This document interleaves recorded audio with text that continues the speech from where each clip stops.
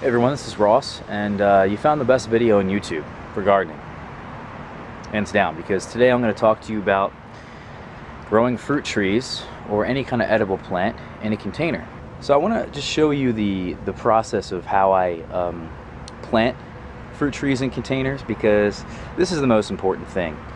And I want to talk about the soil, and I want to talk about just some tips and tricks that you guys might not know, even if you've been growing fruit trees or even vegetable crops in containers. You've been doing it for a while. And the most common question I get in relation to growing fruit trees in containers is, what fruit trees can I grow in containers? And the simple answer is pretty much everything.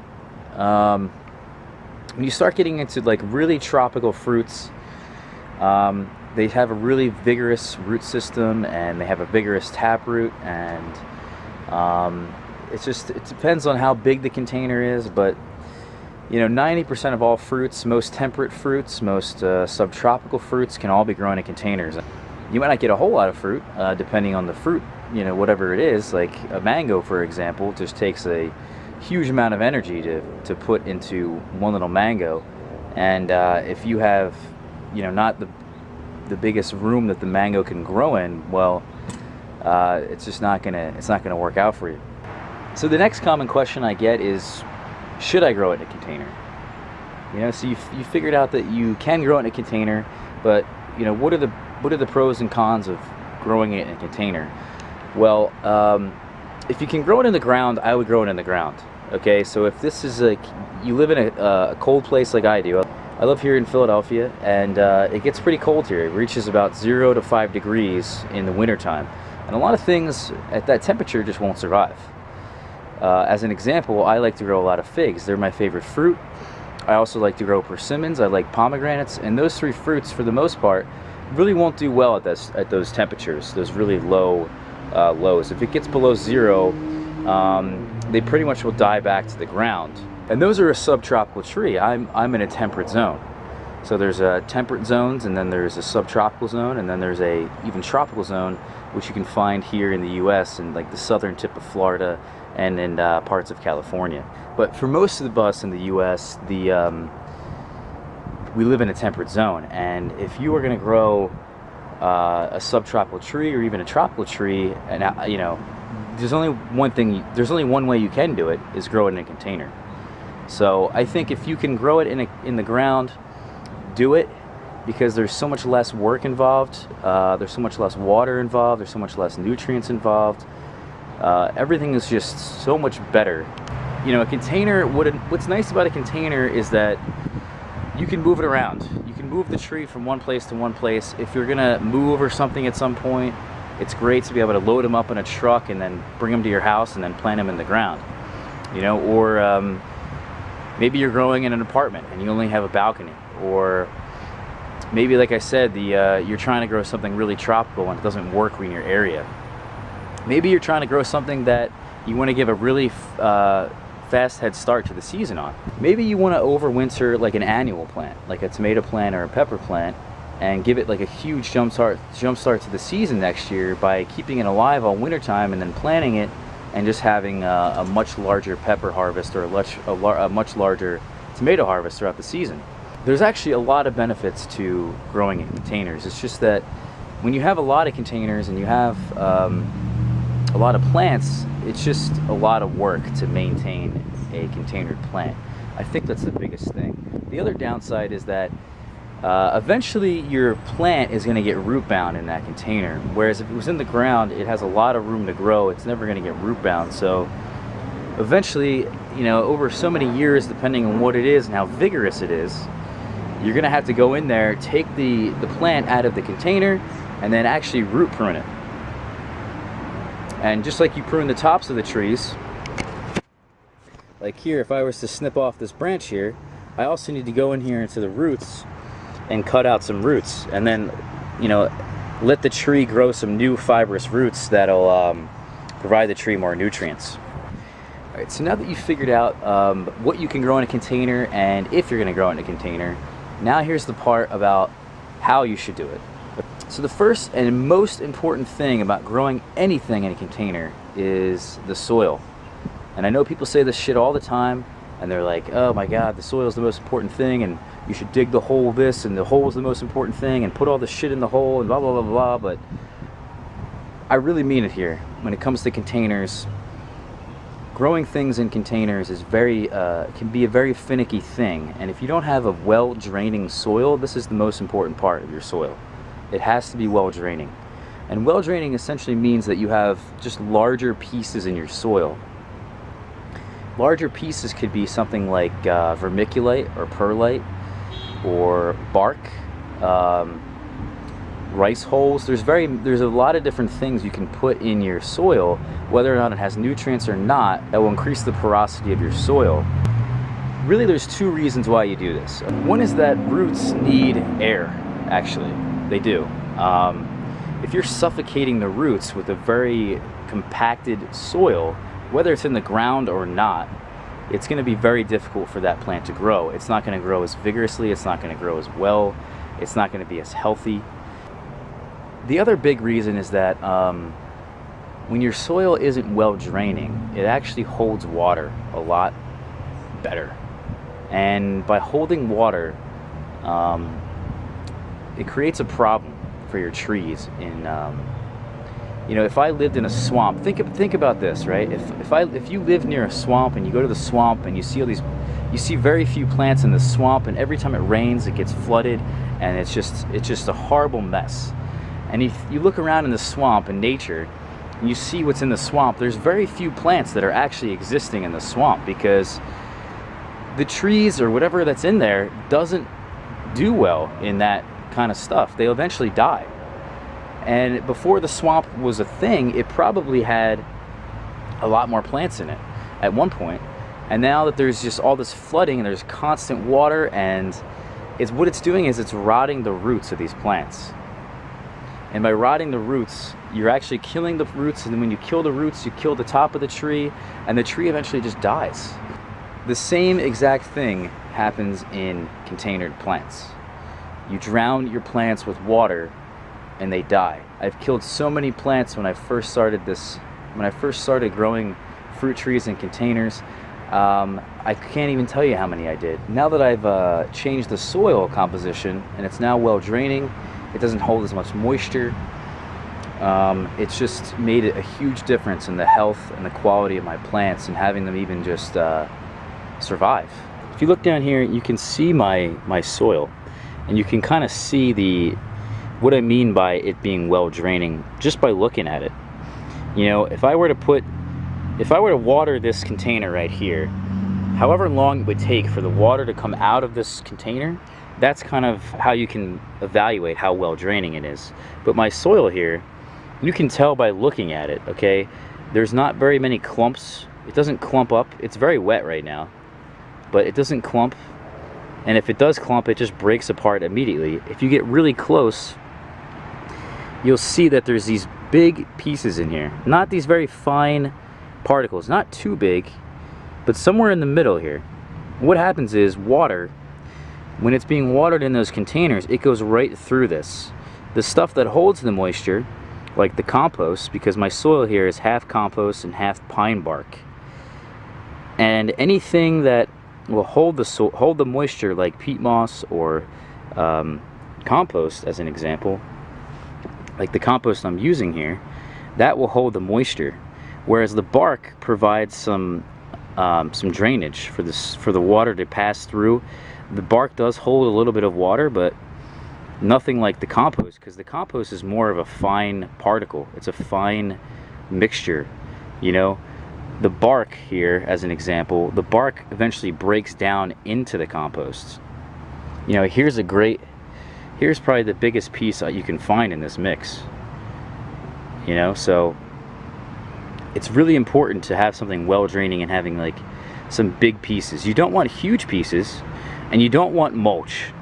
You don't want to find mulch. Anything that has mulch in it, you don't want, because the mulch actually will suck the nitrogen out of the soil and steal it from your plants. Once you have something that's well draining, you then need to worry about the nutrients, because it doesn't matter how nutritious your soil is.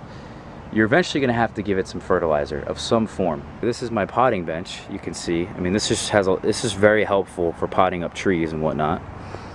But anyway, you can see down here on the bench is that I have some nutrients and some fertilizer, and I have this is called rock phosphate, and there's 3 main nutrients that you need to worry about. They're called macronutrients. One is nitrogen, phosphorus, and potassium, NPK. Okay, they all do a specific job, and you need to learn what they do.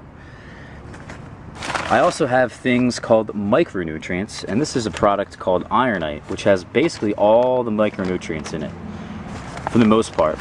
My fertilizer here, my Florican fertilizer that I got from a greenhouse supply store, it's very similar to Osmocote. If you've seen that in like very local stores, you'll find it at Home Depot. But this is a slow release fertilizer that contains not only the macronutrients, but also the micronutrients. So I'm covering all my bases here. I have the macro and micro, I have the micro, and I have this over here. It's called rock phosphate. It's phosphorus, and the phosphorus helps with root development. And what I like to do is, I like to put some soil in here at the level that I need it at. You know, so when I put this plant in the container, it should be level with the top. You see what I'm saying? So I've done that already. And then what I like to do is I like to put the micronutrients and the macronutrients in here, and I like to just mix it around. And then this way, this is more in contact with the roots. You can also put it on the top of the container, but I really like to have them at the bottom, especially the rock phosphate, because the rock phosphate has to actually be in contact with the roots. I'm really trying to make this a simple process. This soil that I use and all these micronutrients I use, I don't mix them. A lot of people will go out and they'll tell you that you need a crazy mix for your soil. There's a thing called a 5-1-1 mix, which is a great soil mix because this guy on Garden Web forums, and his name's Tapla, he thought of this mix, and it's basically just a very well draining mix. And he talks about in his posts on Garden Web about how, you know, everything should be well draining in a container, and here's the scientific reasons why, you know, it should be well draining. And then he tells you a soil mix. But the thing is, like, there isn't just one mix that you have to have for growing in containers. There's many different mixes you can create, and really just having something that's well draining is the key. And I was lucky here because I found something that really doesn't require a lot of effort. And this is why I use it, because this soil that I showed you here, the half compost, half pine bark, is already pre-mixed for me. And I get it in this bag here at a local nursery, and the brand is called Just Natural, and it's a natural and organic soil conditioner. Now, I would recommend getting a soil that's organic. Number one, I think that's the most important thing. Your fertilizer can be synthetic, that's up to you, but I think your soil itself should definitely be organic. And then it says soil conditioner. I think people are reading into a little bit too much of the marketing of these soils, because, you know, there's all kinds of different soils out there. There's compost, there's potting mixes, there's garden soil, there's raised bed soil, there's, you know, there's a soil conditioner, there's all kinds of crazy shit. There's a cacti mix, it's just bullshit. It's absolute bullshit, and it's a marketing thing to get you to buy it. There's absolutely no difference except for how well draining it is. You know, something like a soil conditioner like I'm using is the most well draining. Then you got something like a potting mix, which is naturally well draining, but it's still not as well draining as it needs to be for a container. Then you have garden soil and raised bed soil, and, you know, all the kinds of mixes that are really not that well draining and really shouldn't go in a container. So I think if you're going to put something in a container, it needs to be a soil conditioner. If you're going to buy something like that, that's what you're trying to create. If you're going to do this on your own and you're going to create your own mix, you need to create a soil conditioner. Everything else is just a huge waste of time, because they all have the same nutrients. They all contain the same nutrients. It's just that one is more well draining or less well draining than the other one. So now that I put my soil in here, I need to put the tree into this pot. And right now it's actually kind of low on water. I recommend that when you transplant contained plants out of their container, you let them dry out for a little bit, because what that happens is the soil comes with it, and any kind of transplant shock is going to really not be great for the plant. There are some exceptions, you know, where you actually want to rough up the roots. So like, let me pull this out of here. And by the way, when you pull a plant out of a container, you want to turn it upside down. So let me do that right now. I'll put the container down and I'll take off the container upside down. I do not want to pull on the trunk of the tree, because that's going to potentially tear off some roots. Hey guys, the container's off the plant here, and I want to just mention that if the roots were really circling around this plant, I would rough them up. But what I would like to do is, when I put this in the container, I really don't want any transplant shock. And see how this is just one piece? There's no soil missing from this. That's because it was dried out. And if there's any soil missing, it's going to disturb the roots, and it's actually going to cause transplant shock when you put this in a new container. But like I said, if this thing was really circling, you know, the roots were really circling around here, I would totally rough them up. And in fact, I would take a knife and I would score all the way down the roots and just cut off one side of the roots to prevent that circling from happening. But before I put this in the container, I really want to show you the root ball here and show you what's going on, because there's a lot of science behind this and it's really good to know. On the top of the container, see how there's like yellowish and brown roots here? But then on the top of the container, they're white. Those are dead roots, 100% dead roots. These are roots that have hardened up and are not bringing up too much water. If you have a white root, a white new root that's coming out, not like a white dead root like this, a white really healthy looking root, that's the root, and those are the roots that are going to really suck up nutrients and water for your plant. This plant currently has been very root bound. A friend had sent it to me in a trade. I'm really happy I got it. It's massive, but the problem is the root ball isn't really that healthy. And that you can see here, the top of the root ball is completely dead for the most part. And you know why the top of this is completely dead? Because the container that it was in was not mulched. And the sun every day was just beating and beating and beating on these roots. And they didn't live. They didn't do so well. When you're growing things in a container, the other thing I should mention is that the sun really heats up these black pots. This is good, and it's also bad. It's good because if you want your trees to wake up earlier in the season, the sun hits this, it warms up the tree, it warms up the root ball, and then the tree sees that as it's time for spring, and the tree wakes up much earlier in the season. Versus if it was in the ground, the entire ground has to warm up for the tree to be like, oh, it's spring, I'm gonna wake up now, you know? So it's kind of good in that sense, but then when we're in the dead heat of the winter time and the sun's really shining, these containers warm up quick and they get extremely hot, and the root ball gets extremely hot, and that's really not good for the tree.